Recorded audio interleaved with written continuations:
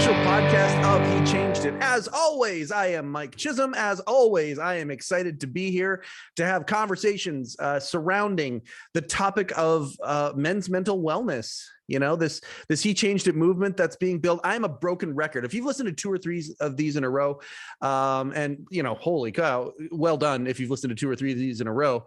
What the heck? But I'm going to keep saying the same thing. If you haven't downloaded the He Changed It app, what are you waiting for? It's available for whatever your persuasion in the Apple or in the Googles. You can download it wherever you like to whatever you like to. Go to HeChangedIt.com for more information. If you like this program, this broadcast, if you think that we have got some good information here, please, the He Changed It overlords love the metrics. They love when people subscribe. They love when people share. They love when people promote what it is that we're doing. This is a startup turning into a movement, turning into a force of nature that will change the world. We are convinced of that. We are hell-bent on that. And just positive personal development. Let's make the world a better place. Let's course correct where it needs to be. Let's grow where we need to grow. And let's take this thing and make it happen. This is my favorite time of the week. I do a lot of cool things in my life that I really enjoy, but there aren't many things that I like doing more than this. I love having these conversations centered around personal growth, especially in the area of where men are right now, where we need to be and how we can get there. And today's guest is a guy who, I don't know, man. I call him a brother from another mother. He's literally on the other side of the planet. He's in Australia, but through the miracles of our wonderful, wonderful connectivity technology, we are able to speak together. And iron sharpens iron. Man, am I ever sharpened by this guy. His name is Jem Fuller, Jem, Jem Fuller. Like I said, Australian. If you want, as soon as this podcast is over, go over and search Jem's TED Talk on conscious communication. Unbelievable 10 minutes of inspiration, opening up the mind as to what is possible. And also at the same time, that sounds pretty whimsical, also common sense. Conscious communication and anything else that Jem and I get into today are going to be the topics of today's episode of HeCast. Jem, thank you for taking time out of your busy day and helping me figure out the time zone difference and whatnot so we can make this happen. I know it's early where you are right now. Thank you very much for starting your day being on HeCast. Mike, what a way to start the day, dude. You have got me fired up already. Seriously, this is the first cab off the rank for me. And yeah. I know today is just going to be wonderful because of the way it started with you. Oh, Thanks, man. Dude. I love your energy, man. This is great. You know, and it's a gift. Something that I know that I have is this infectious energy, but it takes fuel to get it going. And my rocket fuel energy today is going after looking at your TED Talk, the courses that you're building on conscious communication. You know, as we talked about in the brief time we talked before we hit the cameras.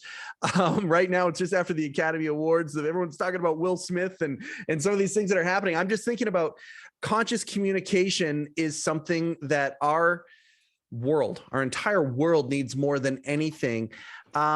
Your TED Talk. There's a funny story behind that. I've got to share this with you. I wasn't going to talk about it, but it's just too funny. So my publisher got my book selected into a gift hamper that got delivered to all the Oscar nominees a week ago, right? So my book is sitting in Will Smith's lounge room, right? And over the last week, I've been doing a little visualization going, you know, Will's a dude. It'd be great if you read my book. No. And if he liked it and he went, hey, man, read my book. So a friend of mine rang me yesterday and he goes, man, the only thing that could have been better is if Will Smith went up and slapped Chris Rock with your book. Anyway, funny story. I'm making a joke out of something that's not so funny. And I know lots of people are upset about, but I do believe that if we can't laugh, we're going to cry. And a bit of humor where we can find it is a good thing, right? Oh, without a doubt, without a doubt. And I mean, I spoke with a few people yesterday after watching the backlash of what was happening on both sides, or maybe more than both sides. We're three-dimensional here. There's a bunch of sides to what happened with this. But I look at this and I go, okay, there was a group of people who immediately were talking about toxic masculinity. There was a group of people who were talking about the idea of defending one's honor, a group of people talking about the outrage of making fun of a biological condition, a medical condition, and there's a lot of people who were yelling. And I was sitting there listening. I was listening there listening to what people were saying. Man, talk about a need for conscious communication. Dude, you nailed it right there. In all of this noise, I think the thing that the fine point we're missing is to just ease up on your judgment of other people for a second. Just take a breath. Yeah. Right. We're so quick to judge, and everyone, this is humans, right? Human beings, we're very, very opinionated. And even more than that, we identify with our opinions. Yes. Right. We create a sense of identity that is meshed into our opinions, our ideology, our political standpoint, and we defend our sense of identity above and beyond anything else. We get really, really, if we're not physically violent, we get emotionally or linguistically violent to defend our sense of identity. And we've identified with an idea. Yes. And, I think there's so much to be said for us practicing to pause and take a breath and go, how he is not me. And he is completely entitled to be him as much as I'm entitled to be me or her or whoever. And I'm just going to breathe for a second, let go of that judgment just a bit. And just, like you said, listen, man, just listen a little bit. Yeah. I just, it's so interesting to me how the world has shifted. I'm 45 at the time of this broadcast. And I just think about how the world has shifted. I think about when I was a kid and I would meet really religious people, and to each their own, no judgment, no anything. Right. But I would just see the fervor, and how Kevin Smith had a movie a few decades ago called Dogma. And Chris Rock, who was in that movie, actually had a line in that movie that said, it's okay to have ideas, but beliefs are trickier. Beliefs are things, it's trickier to change a belief than it is to change an idea. I just wish that we had more ideas. And that is where the world, it seems that people are taking whatever you're talking about, these ideas, wrapping up with their identity, as you just mentioned, and defending it the way that folks defend a religion. Almost, it's almost becoming a fervor. And it's life and death to them. Because when our ego, our sense of identity is defending itself, to the ego, it is life and death. If you're attacking my sense of identity, to the ego, which is an illusion and made up anyway, it's like life and death. And it's actually not real death. I've had the death of ego twice in my life and I'm still here, right? In fact, it was an opportunity to re-identify. It was an opportunity to have a look at, how do I want to identify? What sort of a person do I want to be? When someone says, hi, who are you? What do I want to say to that? Right. Right. And so the death of ego, or as much as our identity is super scared of that, it's okay. You come out the other side. It's all okay. Right. You talk about the death of ego. You've said it's happened twice in your life. Your brother, is that one of the moments, or was that unrelated to those two times? No, that was unrelated. My brother, who by the way loved Canada and was living in Canada at the time of my dad getting sick. That's you would have heard that in the TED talk. And he moved home from Canada and then very sadly died instantly on his motorbike 4 months after my dad died. No, that wasn't an ego death, but it was a part of one of the building blocks, leading up to that. It was certainly the most painful, horrible experience I've ever been through to this day. Yeah. But no, the first time I had an identity crisis, I was in my late 20s. I was living in London, and everything that I'd identified with, so her partner, actor, singer-songwriter, all the things I'd identified with were gone. They weren't there anymore. And I really had forgotten who I thought I was. And I'd been trying to etch out this personality. I was very anti-establishment. I was a punk. I'd been squatting in abandoned buildings in London and identifying with this. Can I swear on this podcast? Absolutely. It's a man's podcast. Okay. Say what you like. So I'd identified with this fuck the system ideology. Right. The last thing I wanted to do was play into this bullshit system. I was like I said, I was anti-establishment. Yeah. So I had, dreadlocks and facial piercings and tattoos and all this kind of thing. And I've been trying to create this sense of identity of who am I if I'm not, the average Joe.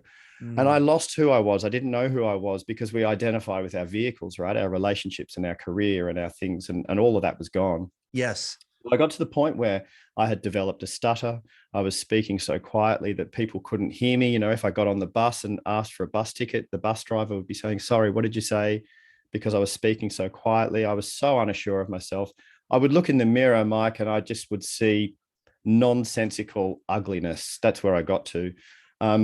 Drugs were a part of this self-destructive equation, and it was all looking pretty dire.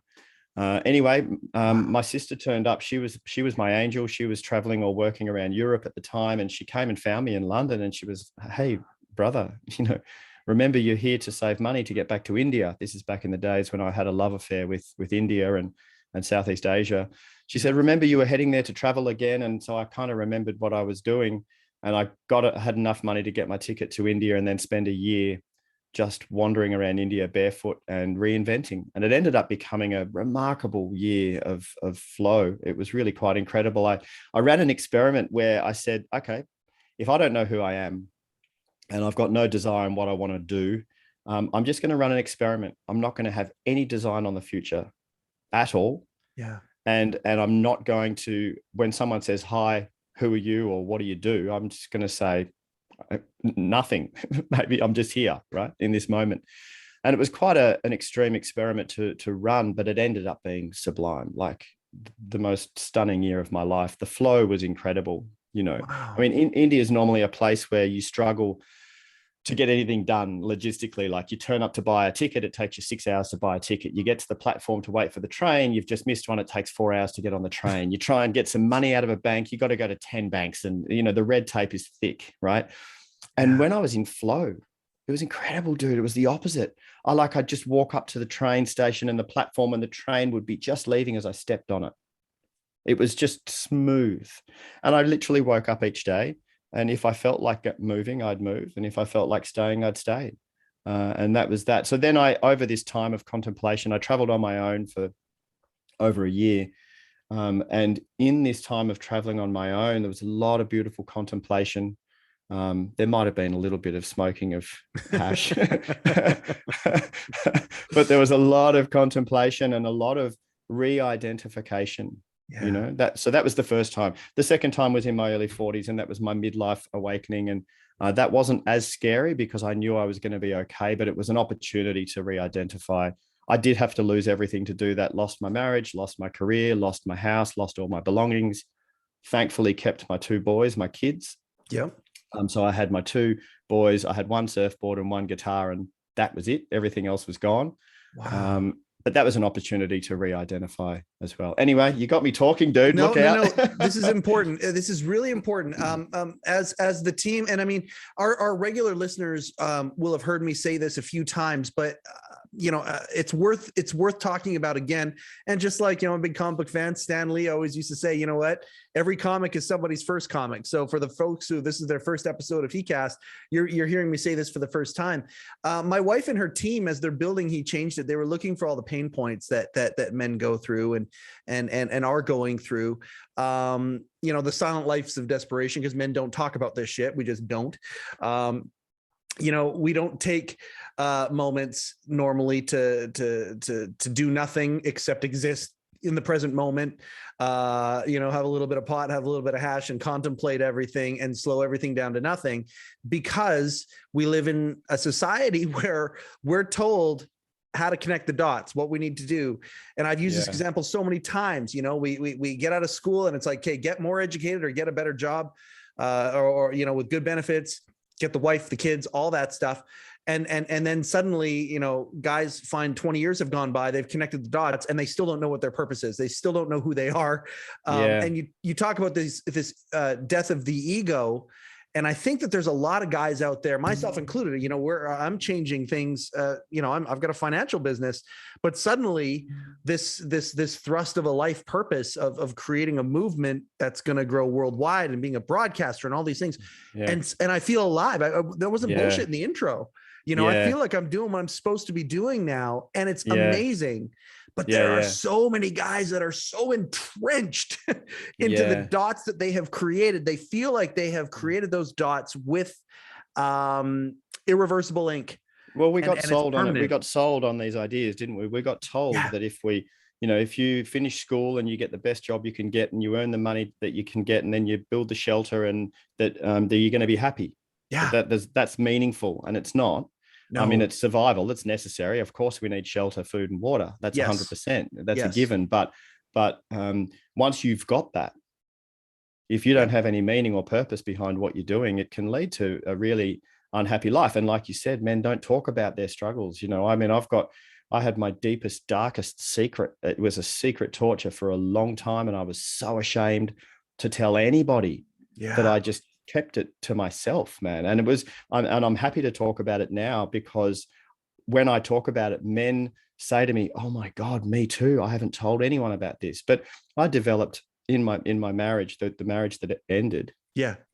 I developed sexual anxiety to the point of not being able to perform. I would either prematurely ejaculate, or I couldn't have an erection. I was impotent, but I would have, it got to the point over time, over years, of me having anxiety attacks when we'd go to make love, right? And you can imagine how upsetting and disappointing this is. And this wasn't just once or twice, man. This was for years. Yeah.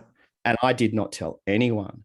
And my wife, my poor wife at the time, she didn't tell anyone either, because we were both so embarrassed about it. We didn't know how to get out of it. I didn't know how to break free from this psychological racket.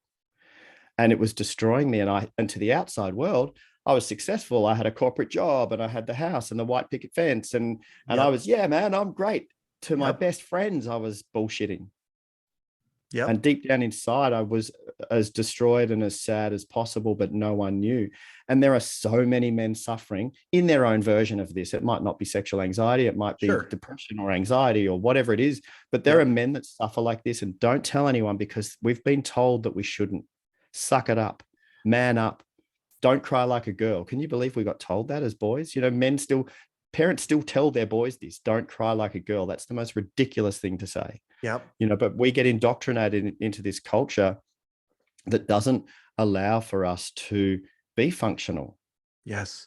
We're, you know, you and I haven't talked about this beforehand, and it's beautiful how organically it comes up. Our plan is to take back that phrase, man up. We're going to take it back and we're going to remix it.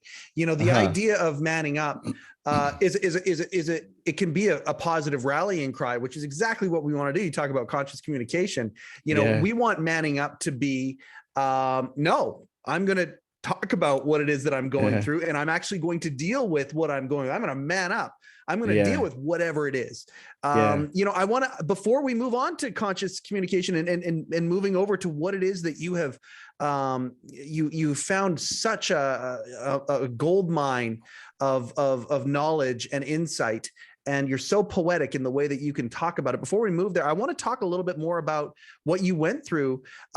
Because I mean, if there are guys who are sitting there, whatever it might be, you know, the number one pain point, by the way, that the HeChangedIt team realized is kind of the keystone of what guys are going through is loneliness. That is number one. And the person that you described, the person that the reality was not available to the family, to the friends. Is it possible to be lonely when you have people around you? Absolutely it is. And completely. You right there nailed it.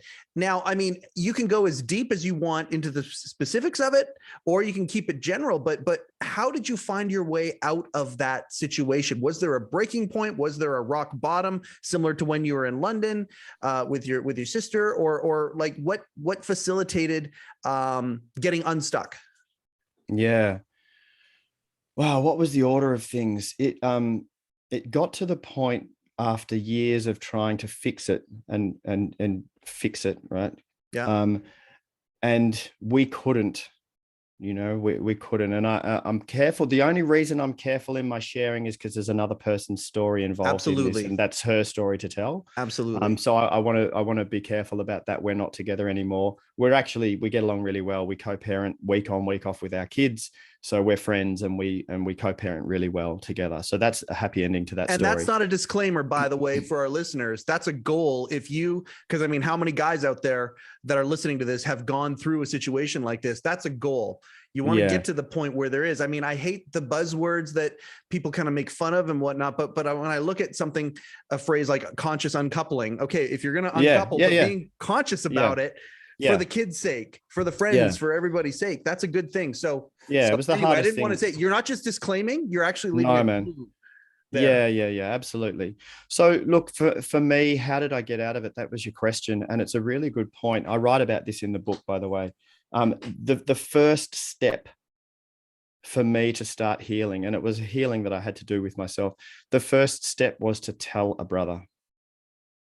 That was the first step. I've been sitting in men's circle for 12 years now. And so there's a group of us men, we sit around a fire, no booze, no tobacco, no pot. We sit around the fire, we pick a theme. We talk about a meaningful theme, right? So I'd been sitting around fire with brothers and not talking about this. Right. And meanwhile, my brothers are telling their deepest truth around whatever it is that they're going through as a man. And I was sitting there not sharing my deepest truth, and it felt so inauthentic. And it got to the point where I was like, I have to make a choice here, And one night after the fire, I said to a friend, I alluded to it. I said, man, I've got something I need to say. And he said, yeah, well, what's up, man? And I said, I've got problems with sex. He goes, oh, he just kind of brushed it off a little bit. He acknowledged, but he said, oh, me too, man. Sometimes it works and sometimes it doesn't. He kind of made light of it. And I didn't go there any further, but that was the first step. It was to actually language it, to say it, to share it, to open up, to be vulnerable. Yes. Was the first step, because it was the most horrible thing. All I wanted to do for my wife, not all I wanted, but deep in the core of my sense of being a man, was that I wanted to please her. I wanted to be her man. I wanted to take her like she'd never been taken before. I wanted to connect with her sexually to these incredible heights that we can go to through lovemaking, right? Yeah. That's what I wanted to do. I wanted it to be all about her. Yeah. But because of my psychological racket, it ended up being everything opposite to that. I became completely self-consumed and self-absorbed, and I couldn't be her man, and I couldn't take her, and I couldn't be all the things that I wanted to be. And then was the secret torture of keeping it to myself, because I thought, I'm the only one going through this. Right. None of my friends will understand. Right. So the first step was to start sharing. Now, I believe that talking and sharing is an important part of the healing process, but at the same time, Mike, I don't believe that is on its own going to heal. You need to take responsibility for your own healing. So then this all led up, and then we had to break up. I said to my wife, I'm not going to spend the rest of my life like this. Mm-hmm. If we can't shift this, we've got to get happy. Both of us, we need to get happy. From when we decided that we were going to separate, it took us over a year to even tell the kids. We kept living in the same house. Wow. Knowing we were separated, and then finally telling the kids, and then finally moving out, etc. And then the real healing for me came after a sweat lodge. You guys know what a sweat lodge is over there, right? Here Absolutely. in Australia, people don't know what I'm talking about. When I say a sweat lodge, they're like, what are you talking about, dude? North American Indian sweat lodge. Absolutely. And we had a sweat, and I had an out-of-body experience, and I flew and went back to being 5 years old, which was before my loss of innocence. When I was 6, my dad, God rest his soul, and I love my dad, but my dad lost his temper and beat me up when I was 6. And that's when I first started to think, I'm not good enough. Oh boy. Right. But prior to that, I was good enough. I was fine. I was innocent, age of innocence. So I went to 5, and I had this out-of-body experience. Then I had a very prophetic dream. And then I woke up the next day and I realized, oh my God, I've got this deep, deep belief that I'm not good enough. Right. And so then I manifested into my life. I would sabotage my success. I sabotaged my marriage. I sabotaged my sexual ability. I did all of these things to back up the belief that I didn't deserve happiness, success, abundance, all these things, right? So I was like, wow, I got to change this. I started reading books on the plasticity of the mind and how do we actually change our neurology. Are you a Joe Dispenza guy? Yeah, man. Well, that was one of the books I read. And I just went to work. Yeah. I just went to work on myself every single day, firing those neurons repetitively over and over and over and over again. I'm enough just the way I am. I'm enough just the way I am. I said it millions of times. And over the course of a year of high repetition of this changing my neurology, I started to believe my own hype and everything changed, dude.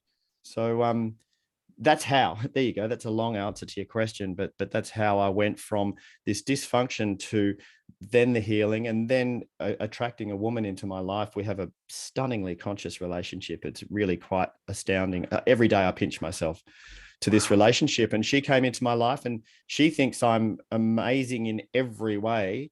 And we have, the sexual healing occurred and our lovemaking is next level, dude. It's really beautiful and tantric and connected and spiritual and wonderful. And yeah, awesome. So. I think about the side effects that have come with the work that you have done. I don't believe had you not gone through this experience and process, let me throw it out there. Would you even know what conscious communication is if you hadn't gone through that? No, it's completely. led to good things. Completely. And I wouldn't be the coach that I am, and I wouldn't be the speaker that I am and the author and all the things that I'm doing now. Cause I'm like you, man, I'm so on a mission, and this mission drives me every day. And I wouldn't be me to be able to do what I'm doing now if I hadn't gone through everything I've gone through. So absolutely no regrets. And anything I can do to help anyone who's stuck, in struggle, if they want it. I'm certainly not an evangelist. I'm not telling anyone what to do if they don't want to know. But if someone says to me, hey, Jem, I'm really curious, I'll talk for hours about it. And I'm grateful for that. You're already helping people who are hearing this right now. I'm super excited that our paths have connected, because I don't believe it's going to be the last time. I want to move to the communication side of things, because it is the idea of conscious communication, the art of conscious communication. That's the name of the book and program. You've got a mastermind group or a masterclass to help do this with leaders that is coming out. A lot of exciting things, the TED Talk, all the things that you do around this idea. Let's go right to base camp. What is conscious communication to you? In its most simple form, being more conscious of something is being more aware of it. Right. So the more conscious we are of anything, the more aware we are of it. And communication really underpins our ability as a species to do anything. Right. Whether it's take an idea and manifest it into reality. Einstein's brilliant understandings of the mechanics of the universe would have meant nothing if he couldn't communicate them. Right. Wouldn't have meant anything. So to take an idea and manifest it into reality, it 100% needs communication. For us to solve problems, we've got to do this through our ability to communicate. And having coached thousands of hours over the last 15 years, for me, the most common sticking point or the most common place where we trip over, whether it's in a relationship between two people or whether it's in the relationship between a leader and a team, or whether it's interdepartmentally within an organization, we trip over in miscommunication. Yes. Yes. What's the number one reason for that? Why do we do that?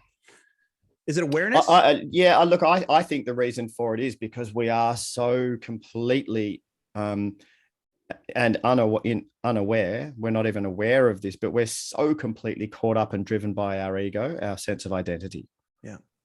And necessarily we have to have an ego. It's not a bad thing. It's a part of being human. And arguably it evolved with us as a species to protect us and keep us here. Right. Yes. So we need to have a sense of identity. I get that. But when we're unaware of our sense of identity, which is our ego, when we're unaware of it, it's driving the bus. Right. It's reacting, it's queuing up, someone's saying something. And if you disagree, you can't wait and you might even speak over the top of someone to prove them wrong and prove yourself right. That's all ego. the watching people shouting at each other now, like even with this incident with the Will Smith, Chris Rock incident, which is what it is. But you and I were talking about this before. It's just fascinating that people are just shouting at each other and this is what's right. And this is what's right. And it's like, wow, that's all ego. That's all identity. That's all my way or the highway. Yes. And that's, and quite often that's where we come unstuck, And so I think being conscious in communication, being more aware of the communication itself. So communication is about us coming together. It's about creating a common understanding of something. It doesn't mean you have to agree, but it means that we can come to a common understanding. Yes. Right. Communication is a sharing. So if we're aware of the communication itself, if we're serving the greater good of the communication, then it means that we're putting ourselves a little bit to the side and serving what's good for the greater good. So we're here now and I'm listening to you say, and you've got something that you want me to understand. It's going to serve for me to put my own opinion to the side for a little bit and really seek to understand, Yeah. I think about what you're saying and I think about how when life starts going and the plates are spinning and we're moving from one thing to the other, and how easy it is to slip away from what you're from the idea of that awareness of taking a second, of taking that moment to just breathe, to let something sink in. To our society, even through a pandemic, it's funny, at the beginning of the pandemic, I found that there was a lot of that. There was a lot of, slowing down. This is what the world needs. I remember hearing that, but it's funny how it almost moved that even though we weren't busy outside of our houses, depending on the region that we're from, but we still got to that place where all those plates were spinning and that's all we were focused on. And the lack of awareness, like what will it take for a shift to happen? Is it one person at a time, kind of being a beacon of light when it comes to these things? Is there an experience that can happen, corporately or with all of us as a group? What are some ways that we can help be agents for change for this? Yeah, by having conversations like this. Yeah. Super, super important. More important than you would even pay credit to. People might think, you're just having a conversation. It's conversations that create change in a functional way. It's either good, solid conversations or violence, one or the other. And I'm a pacifist, so I'm not going to do the violence thing, right? I'm a peaceable guy too. Yeah, good conversations. But in terms of on a macro level, what creates change? Pain creates change, and the pain of a pandemic, a global pandemic. And as much as mainstream media and news has us focus on all the negatives and everything that's going wrong and how terrible the world is, because that's what sells, right? And I haven't watched or consumed mainstream news for more than 20 years. And I'm still here and I still know what's going on. Yep. But mainstream news will have us focus on that and have us believe the world's a terrible place. It's actually not. And dude, there are lots of positive people like you and your partner doing this good work. And the more we connect and have conversations, the more that we kind of draw the lines between these good, solid movements. And there is change afoot. There are people creating change. Most of my bread and butter work is coaching leaders in government departments and in organizations and in businesses. Change is happening. People are hungry for it. People want it. So we just got to keep on, right? Keep on. And as an individual, what can you do? Work on yourself. Yeah. Meditate. Yes. Teach yourself to pause. Teach yourself to let go of your reactionary opinion on things. When you're scrolling through social media and you see someone say something and you have a reaction to that, notice that reaction. Just put the phone down for a second, stop scrolling and just sit. And notice your mind racing to defend this idea that you have about the way you think things should be. Just notice it and go, that's interesting, isn't it? That I'm so vehemently opinionated already. Yes. Teach yourself to pause. I don't know. Are you a Power of Now guy, Eckhart Tolle? Yeah, completely, okay. Man. Yeah, 100%. I'm reminded of that immediately. I'm reminded of two things as you're talking about this: the activation, and then of course solving of that activation. And I love the idea that our brain just think about your hand, right? Your hand is part of you, but if you chop your hand off, you're still here, right? And how he kind of marries the idea that your brain is something very similar to that. And you can separate yourself out and kind of get curious about your brain and your thinking patterns. You know, the idea of getting activated. Holy shit! Somebody just said something about Will Smith was a good one. You know, it happened to me yesterday. Somebody said, "What a display of toxic masculinity," and blah blah blah blah blah blah blah blah. Like they just fucking railed against him, and then they It's like they put it in a little box and said, "Okay, we're done. Now that's it." And I'm like, "Oh, okay, so that's the conversation, is it?" And I was sitting there going, okay. And I did exactly that. I moved myself out and I started analyzing it. And it's like, one of the things that I came up with is I'm afraid to respond, which is, and that's actually what I ended up telling her. I actually said to her, I'm afraid, like I didn't take it on. It was off social media. We went to direct message and I said, and she's someone that I know and trust and respect a great deal. And so I said, you know, I am afraid, I'm actually scared to respond anything that disagrees with anything that you're saying here. And we talked about, we unpacked it and we went down this path, and I was analyzing that fear. I was curious about that. We can play with this and we can get curious about stuff when we, and again, it's a different type of awareness, but we just got to wake up. We got to be like a little groundhog that pops his head out. Oh shit, I'm activated.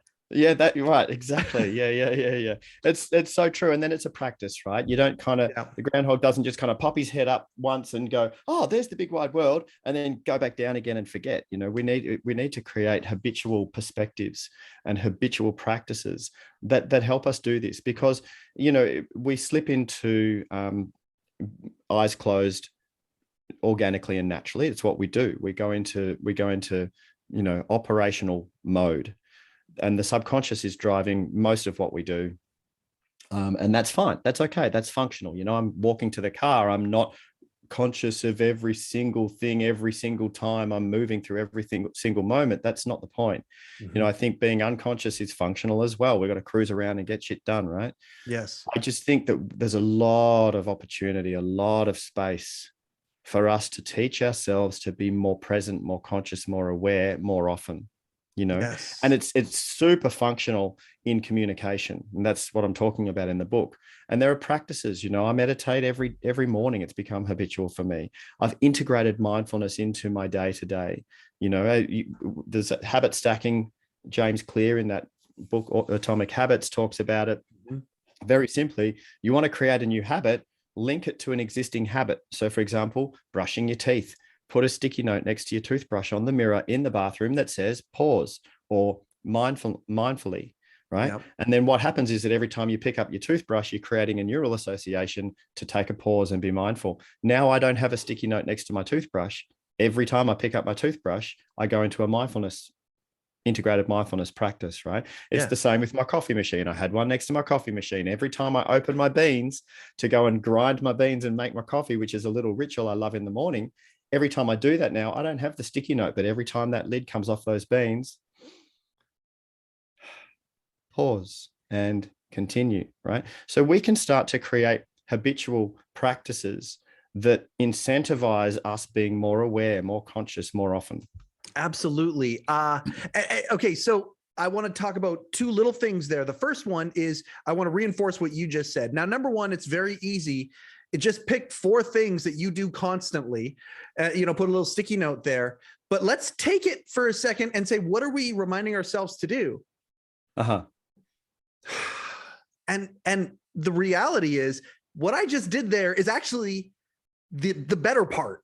Yeah, it's great that we can take our habits and do that, but just how easy is it to take a second to take 2 or 3 deep breaths? The habit stacking is amazing. And for our male logical minds, you know, that like to compartmentalize and all that stuff, that's a great way of learning how to do it. But what are we teaching ourselves how to do? It's just taking a pause.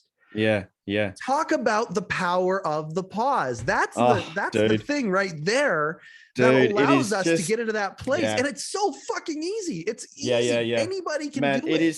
It is one of these deceptively simple Yeah. Powerful habits to create the pause moment. I'm so glad you brought it up, dude. I bang on about the pause moment. I first heard about this in 2014. I was at the Global Mindful Leader Forum, and there were awesome leaders from the World Bank and from Wall Street and from politicians, really successful leaders. And the whole forum was about mindfulness and the power of mindfulness. And this keynote speaker got up on the stage. He was quite short of stature, unassuming, quite humble, but he just emanated this beautiful, wise energy, right? Yeah. And he walked up onto the stage, and the whole auditorium, you could hear a pin drop, and he was projected up on this big massive screen behind him. And he came up on the stage, and it was just the right timing. You hear these wise words, but if it's not the right timing, you go, oh yeah, that's kind of wise, but you don't do anything with it. Sure. And then sometimes it's just the right timing to hear something. And this guy got up on stage, and there were two things that he said that really stuck with me. One of them was, he said, know the work. He was talking about meditation. He said, know the work, but then he said, do the work. And that stuck with me because at the time I'd just started my coaching practice, and I was prescribing meditation to my clients, but I wasn't doing it regularly. I was doing it a bit here and there. Yep. And that's when I went, oh shit, man, to have authenticity, I've got to do the work. Right. But the second thing he said was pause often. That's all he said, pause often. And I went, wow, what does that mean? And I took that and I created what I call pause moments. And so a pause moment is very simply stop what you're doing, pause, take a breath, and just notice what you can notice in that moment. Just notice your heart rate, notice your breathing, notice any sensations, just what can you notice, and then continue. Now, this only takes 3 to 5 seconds. Right. Yes. So it's not like, oh, I've got to dedicate an extra half an hour to meditating and I don't have time to do that. My life's too. It's 3 to 5 seconds. Right. And so I find really helpful times to pause is in between tasks. So I've just finished an email. I'm about to go and put the kettle on, pause. When I'm physically going somewhere, I'm walking to the car, halfway to the car, stop, pause. Especially when I'm running late. I personally don't like being late. It's a value of mine. I don't mind if you're late to a meeting with me, but I don't like being late to the meeting. Yep. So if I'm running late, and I'm racing these days, I'm running late to a Zoom meeting, right? So I'm running late. I'm just about to open my laptop. Pause. Take a breath. Open the laptop. Now I'm only 3 seconds later than I would have been otherwise, but I'm showing up in a different state. And these pause moments, as they become familiar for you, they're a little micro recalibration back to your place of equanimity, back to your calm centeredness, like that. Yeah. And you can go from being flustered to calm. You can go from being disappointed or frustrated or angry even to calm, like that. Yep. This is a superpower, dude. You're the driver of your own physiological bus now, right? You're not a victim to how you've reacted to something that someone said, and now you're pissed off, and now it's going to be one of those days, and when it rains, it pours, and the whole thing goes so. No. You're not a victim to that anymore. You're like, no. I have something to say about my physiological state of being in this moment, which then dictates the quality of what I'm doing, which then dictates my results, right? So I think it's very understated, man. To come back to it, pause moments is massive. Yeah, it's taking time to stop and realize that you are driving, and as opposed to, there's when you're present driving and you're just autonomically driving, those are two very different things. I think about the errand that I ran this morning that I was rushed for and all that, and I can't think of any details on that trip, who crossed the street in front of me or whatever.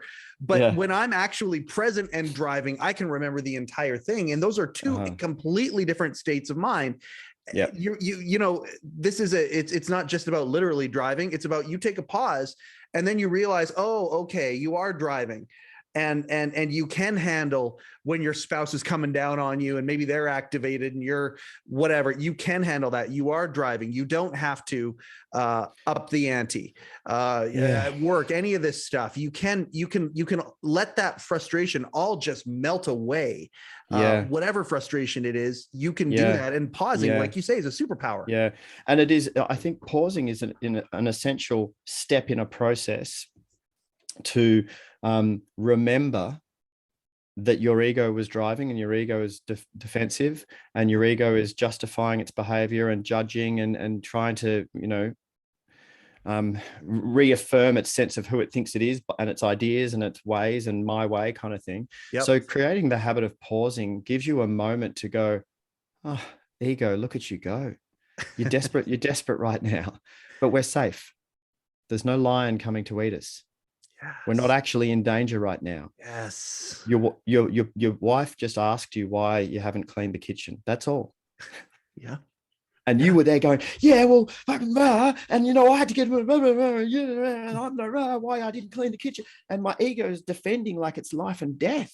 Yeah. And it's like, if you can just create that moment when your wife has said, oh, hey, honey, why haven't you cleaned the kitchen? If you can just create that moment to go, pause. And listen to your ego going, tell her why, blah, blah, blah. And just go, ego, look at you go, brother. We're safe. No lion coming to eat us right now. Just take a breath, notice, and now talk about why you haven't done the kitchen yet. But you just don't need that edge of defensiveness, Yeah, I'm grateful how much, and I mean, we didn't talk about this beforehand intentionally, because if we would have, we wouldn't have been able to replicate it. And I even talked about that the moment we got on here. It was like, okay, no pre-interview. So I didn't know you were going to talk about the ego today, and I'm glad you did, because I think that the ego gets a bad rap. I think that the ego is misunderstood by a lot of people. I think that there are some people who think that the goal should be to kill the ego, to get rid of it entirely. And that's not it. That's not it, right? Yeah, good luck. You try and kill the ego. You good luck. You take the ego will take the gloves off, and then you're really going to have a disturbing inner dialogue going on between you and your ego, which is all a part of you anyway, right? Sure. My way of creating some functionality around identity and ego, there's a few different things that I do, but one of them is that when I have a conversation in my head with my ego, which might sound crazy, but it just is what it is. I go there with love. When I notice my ego, because our ego wants to justify, it wants to judge, it's desperate to be right. That part of you that goes, I told you so. You said it was on the 15th of November. I told you it was on the 13th, right? That need to be right. Yep. It hates looking stupid, really hates it. All of these things, these ego things. When I notice my ego driving, I just call it out with love. Oh, ego, look at you go. Bless your cotton socks. Trying to keep us safe. Do you know what I mean? Like you're petting a lion. Yeah, right. Exactly. Yeah. Like you're petting a lion. Yeah, calming it down. Hey, I'm glad you're a part of me, and I know you've got my best interests at heart. It's okay. But and you can carry on even if you want ego as a voice in my head justifying our behavior. Carry on. I'm not even going to try and stop you, but I've got your number. Right? I'm just shining a light on it, and it dissipates. It goes rah, rah, rah, rah, rah, rah, rah. Oh, and then I can pause, and then I can respond rather than react. Right? Yeah. So this is one of these things with the ego, is just to have some awareness around it. I hate that this goes so quickly. I love that it goes so quickly, because it means we're in the flow and the stream, all that. I before we sign off, we got to talk a little bit about your TED Talk. I'm fascinated by it. Obviously you take articulate. I think that I'm articulate sometimes, and then I watch your TED Talk and it's like, I got a long way to go. It was literally, I watched your TED Talk, and we're talking 10 minutes, folks. Jem Fuller TED Talk. That's all you got to Google. You will find him, and you will have 10 minutes that are extremely worth much more than the time that they take to you. I want to talk about that, because you articulated, I can only imagine the preparation that must have been done for that, because it was every bit as I use the word infotastic. When somebody can actually teach me something and do it in a way that compels me, I love it. You were infotastic, but you were also poetic. The vocabulary, the alliteration, and the delivery of all of those things in one were phenomenal. How long did it take you to prep that talk?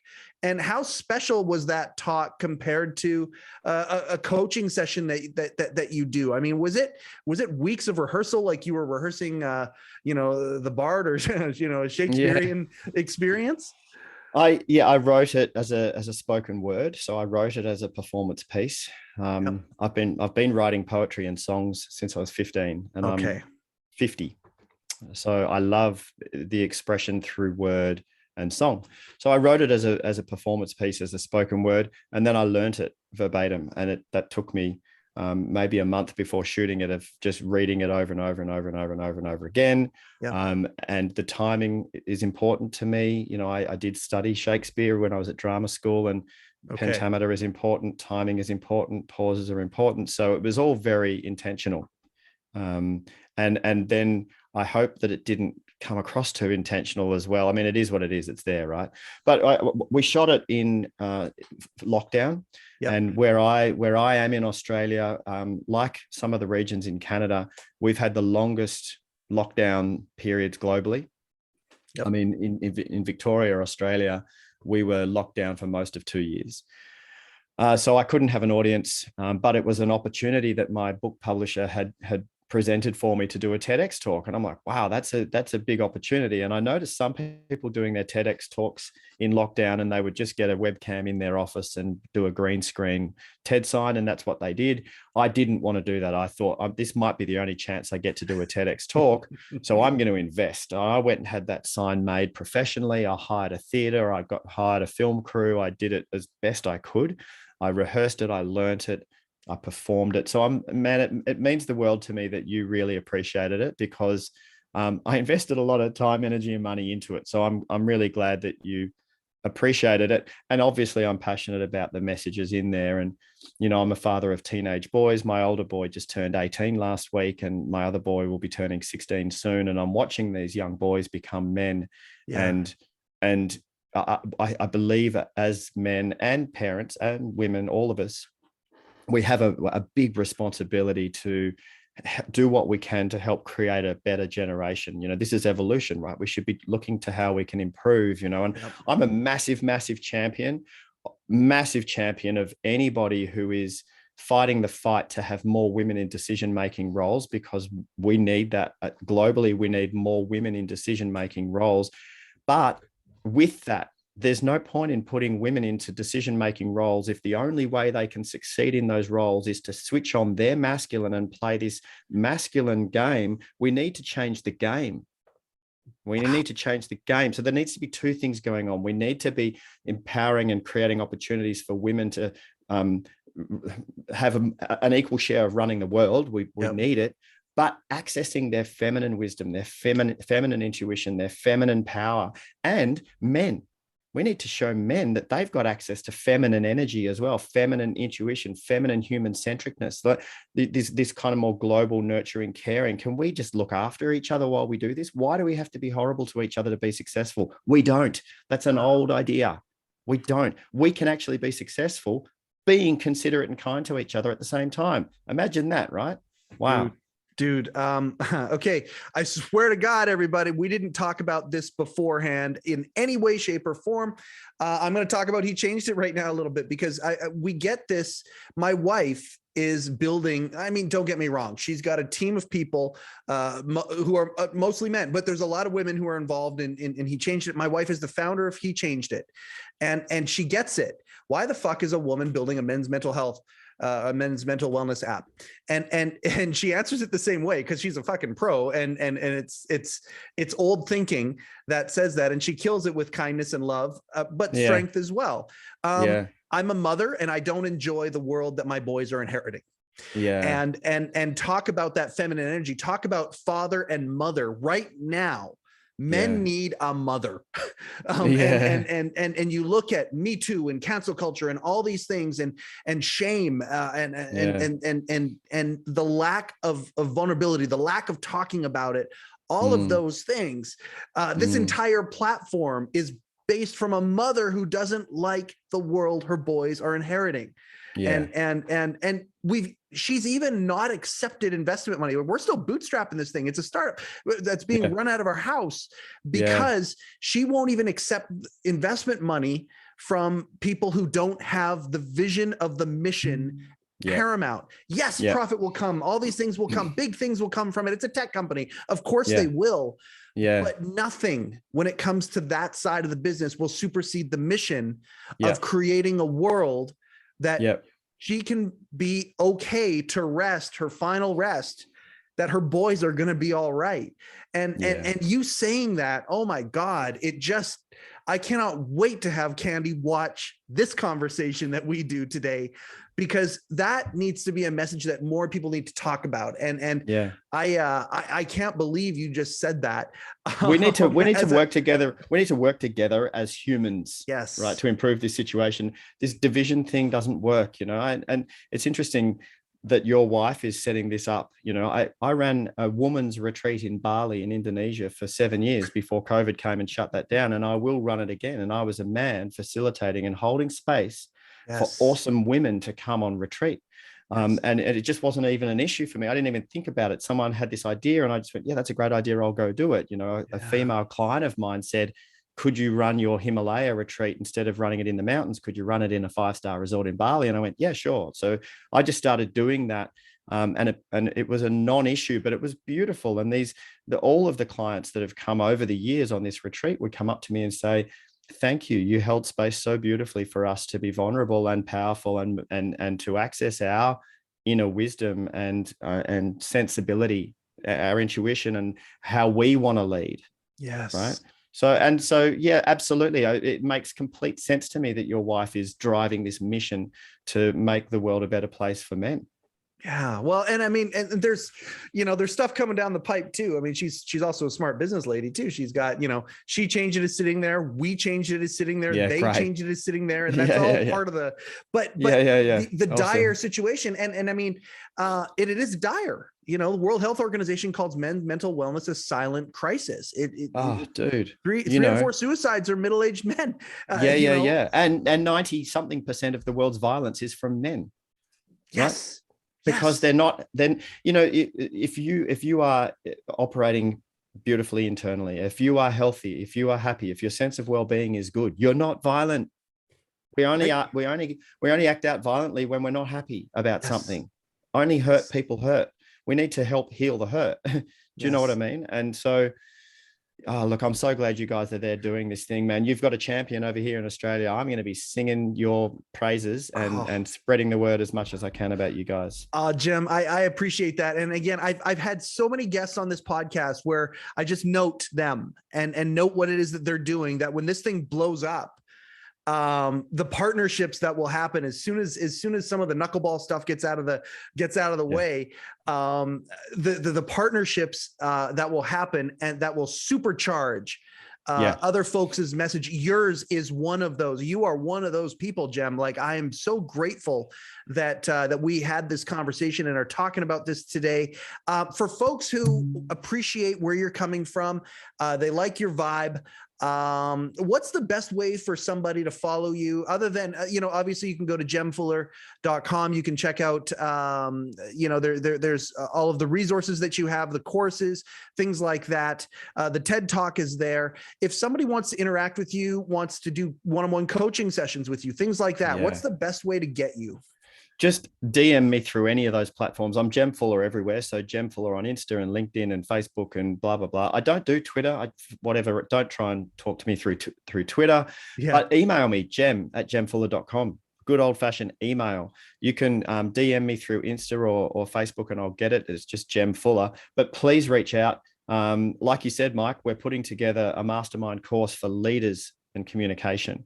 And that's going to be really, really awesome. I love working with leaders because leaders have a ripple effect. So if we help a leader be more conscious and better as a leader, then the positive ripple effect goes beautifully. So reach out to me, jem@jemfuller.com, shoot me an email or DM me through Instagram, and we'll get in touch. I'm still very accessible, and I pride myself on being able to get back to people. So you will get a message back from me, or my business manager, but it'll probably be me. She'll forward it to me and say, hey, Jem, this person's trying to get in touch with you, and I'll reach out. So let's start it. And I believe too, Mike, that it is through connection and it is through collaboration that we create multiplying situations. So 1 + 1 = way more than 2.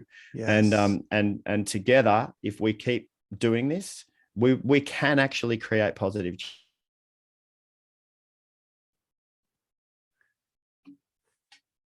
Are you still there, buddy?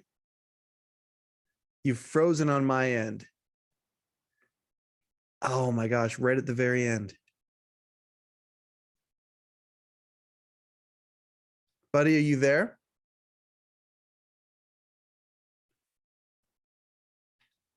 Oh man. Okay, well, we're still recording on our end. So what I'm going to do is I'm going to finish up with that sentence right there and say, okay, I couldn't agree more. We can definitely create positive change. We can do it on a worldwide scale. And I can't tell you how grateful I am to have had you here, Jem. Jem@jemfuller.com. I'm so grateful for this podcast today, and everything that Jem is doing in the world. This is why we do what we do. Oh, there, are you back, Jem? I'm back, man. Okay, I don't know what happened. I think it was my end. Was it? Okay. No. That's good. We can edit, right? Oh yeah. We can totally edit this, and we will. But at the end of the day, I could not agree more with what you're saying. The multiplication that can happen, we can change the world, and anybody who tells us that we can't change the whole fucking world, and be a beacon for light, they aren't thinking big enough, and they also aren't taking into consideration that there are many, many factors that have changed the world in the past. Why can't it be this force for good, right? Yeah, absolutely. Man, just quickly, I know that we're running out of time, but another great book that I've just read is Johann Hari's book, Stolen Focus. Highly recommend this book. He talks about change, and that sometimes change seems insurmountable, right? Yes. So for example, lead was being used in our pencils and in our petrol and in our fuel and in our gasoline, and lead was everywhere, and it was terrible for us, killing us. It was one woman in the UK, one woman in the 80s who started spearheading this campaign for us to take lead out of our paint and for us to take lead out of our pencils and our petrol. This one woman shouted so loudly and created a movement, and she created change. We don't put lead in our paint anymore, or our petrol, right? Yes. It's the same with the women's movement. Before, a handful of women stood up and went no, right? It was and still is to a large degree, but things are getting better, but it was very recently. Yes. A male-dominated world, completely male-dominated. Everything in every structure was male-dominated, right? Yes. So it would have been very easy for people to go, oh, we can't change that, right? But a handful of women went, we're going to give it a red-hot crack. Yeah. And that's what creates the change, right? So this idea now that what you're saying, oh, we can't make the world a better place, it's bullshit. We actually can. So stand up, get up, share this podcast, talk about it, read the book, get involved. The more of us that get involved and create a groundswell, we will make the change. There is no better place to end this than there. I'm sad that we're ending it right now, but it's like the Cowboys say, they don't say goodbye to each other. They say, see you later. That's what you and I are going to do. We are brothers from another mother. Jem, I cannot thank you enough for starting your day with us today. And I can't wait to see what the future holds for all of us. Thank you so much for being on heCast today, buddy. Yeah, thanks for having me, Mike. You're a legend, and I'm really glad I met you. Oh, my man. I right back at you. They go quick. Every single time we do one of these things, they go so fucking quick. But I'm very grateful for it. I'm grateful for everybody who has reached out and talked about how this has been such a positive experience for them, and they're changing their lives. And it just encourages us to no end. We're taking things and we're building them, and soon there's going to be the magnifying glass, the megaphone, whatever analogy you want to use on what HeChangedIt is building, and it is going to be. Once again, please, so the HeChangedIt overlords don't get too mad at me, please subscribe, please share, and if you haven't downloaded the app, what the heck are you waiting for? Jump on in. That is another episode of HeCast, the official podcast of HeChangedIt. My name is Mike Chisholm. Go change something.